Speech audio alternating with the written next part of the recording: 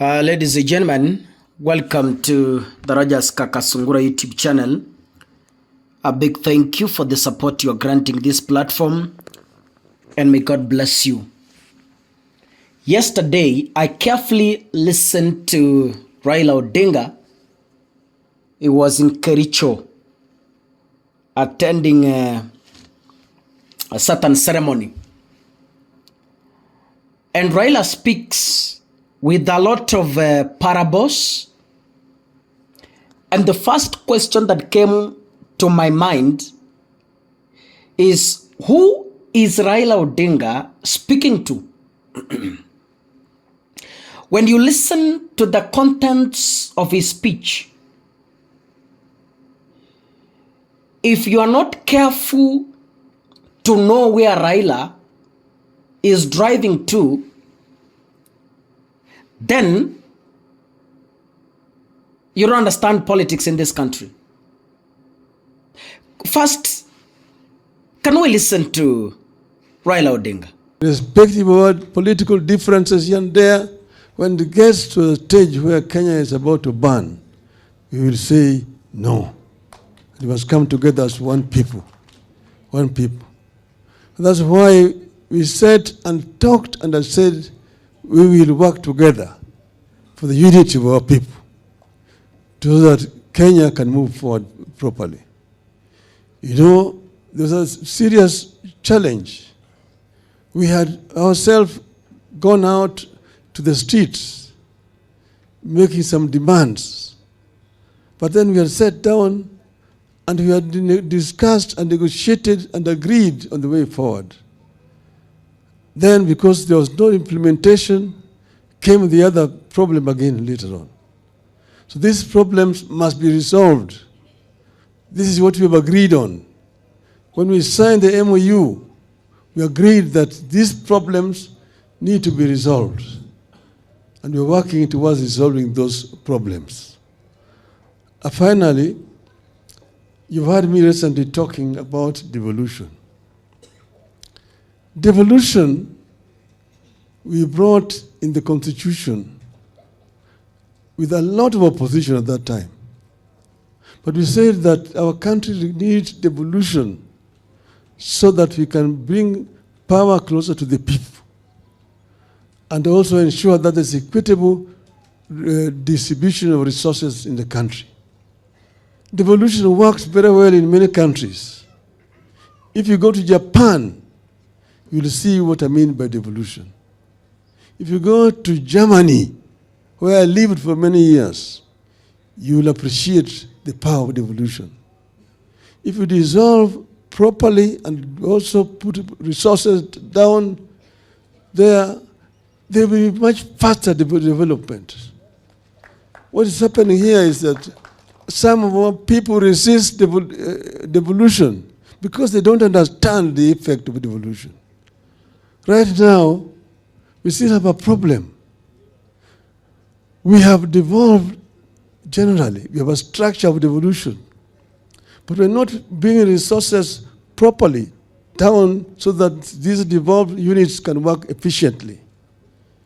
You see, now they're saying, and the other time this week, they're saying that nearly 50% of money going to the counties is going to salaries. And that only less than 30% is going to development. But that is not the mistake of the devolved units. That's because less resources is coming down to the counties. If, for example, you release funds for infrastructure, funds going to Kura and Kera down here, if you release other funds meant for health, because health is a devolved function, but the bulk of the money is remaining up there in Nairobi. It's not coming down here.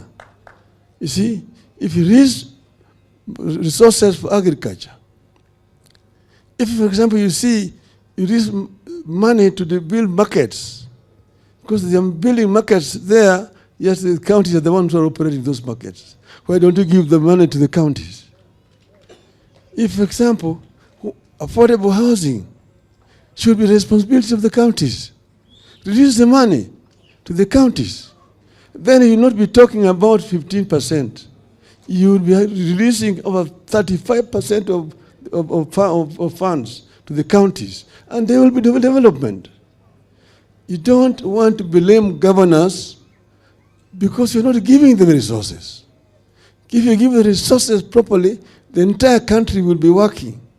Right now, the counties are employing people, experts, but there's no work for those people. They're sitting in the offices because there are no funds for them to work. So release the resources to the counties, and devolution will work for our country. This is what I'm saying all the time. And members of parliament have no business constructing roads. Members of parliament have three functions: representation, legislation, and oversight. Period. Leave the issue of constructing roads to counties. So counties can have some responsibilities. This is what I wanted to say. I want to thank you very much. In this particular speech, I have been telling you Raila Odinga has one leg in government and another leg in the opposition. I hope now you are believing my sentiments. Wakenya watukufu,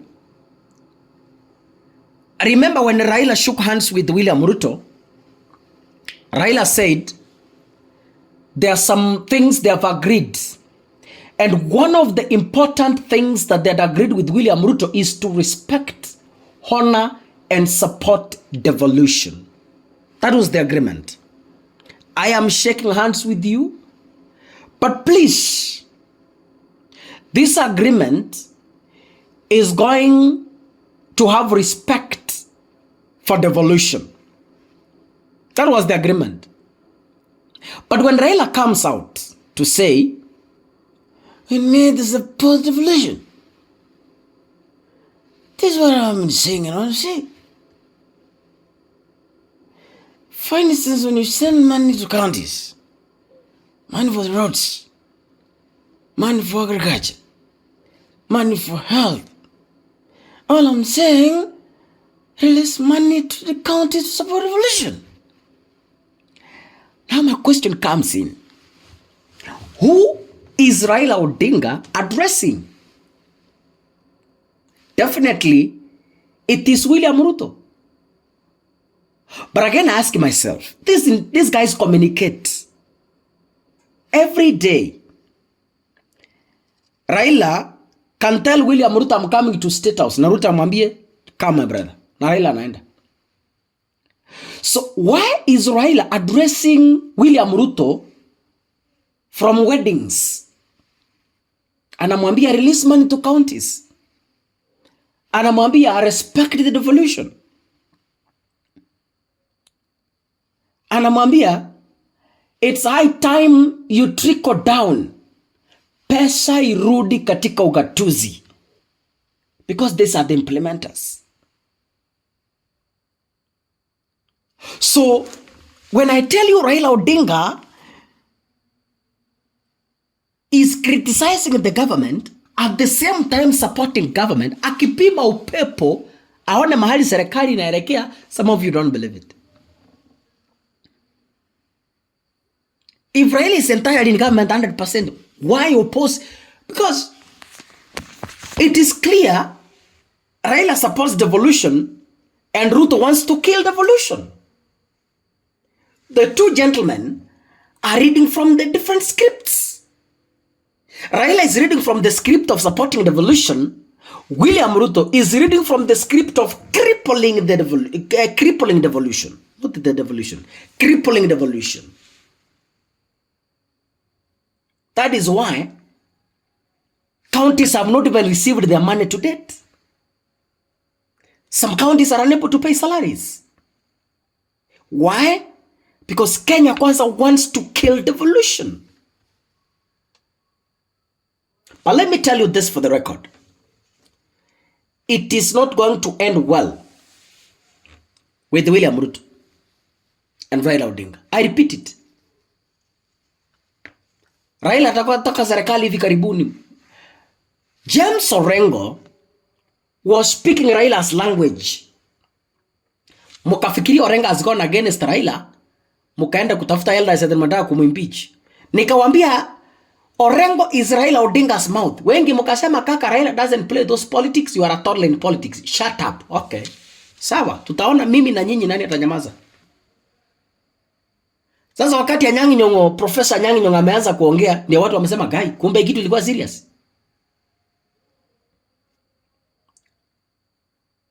We understand Raila's politics. Umesikia Raila tena anaambia wabunge, you have no business in building roads. So Raila wants to take away CDF from members of parliament. Kwa nini? Wamekataa kumtengenezea space ya prime minister. Simple. Raila anastoa wabunge ndio wamtengenezea position kwa constitution. Na wasipotengeneza, Raila will win this battle of taking CDF from them.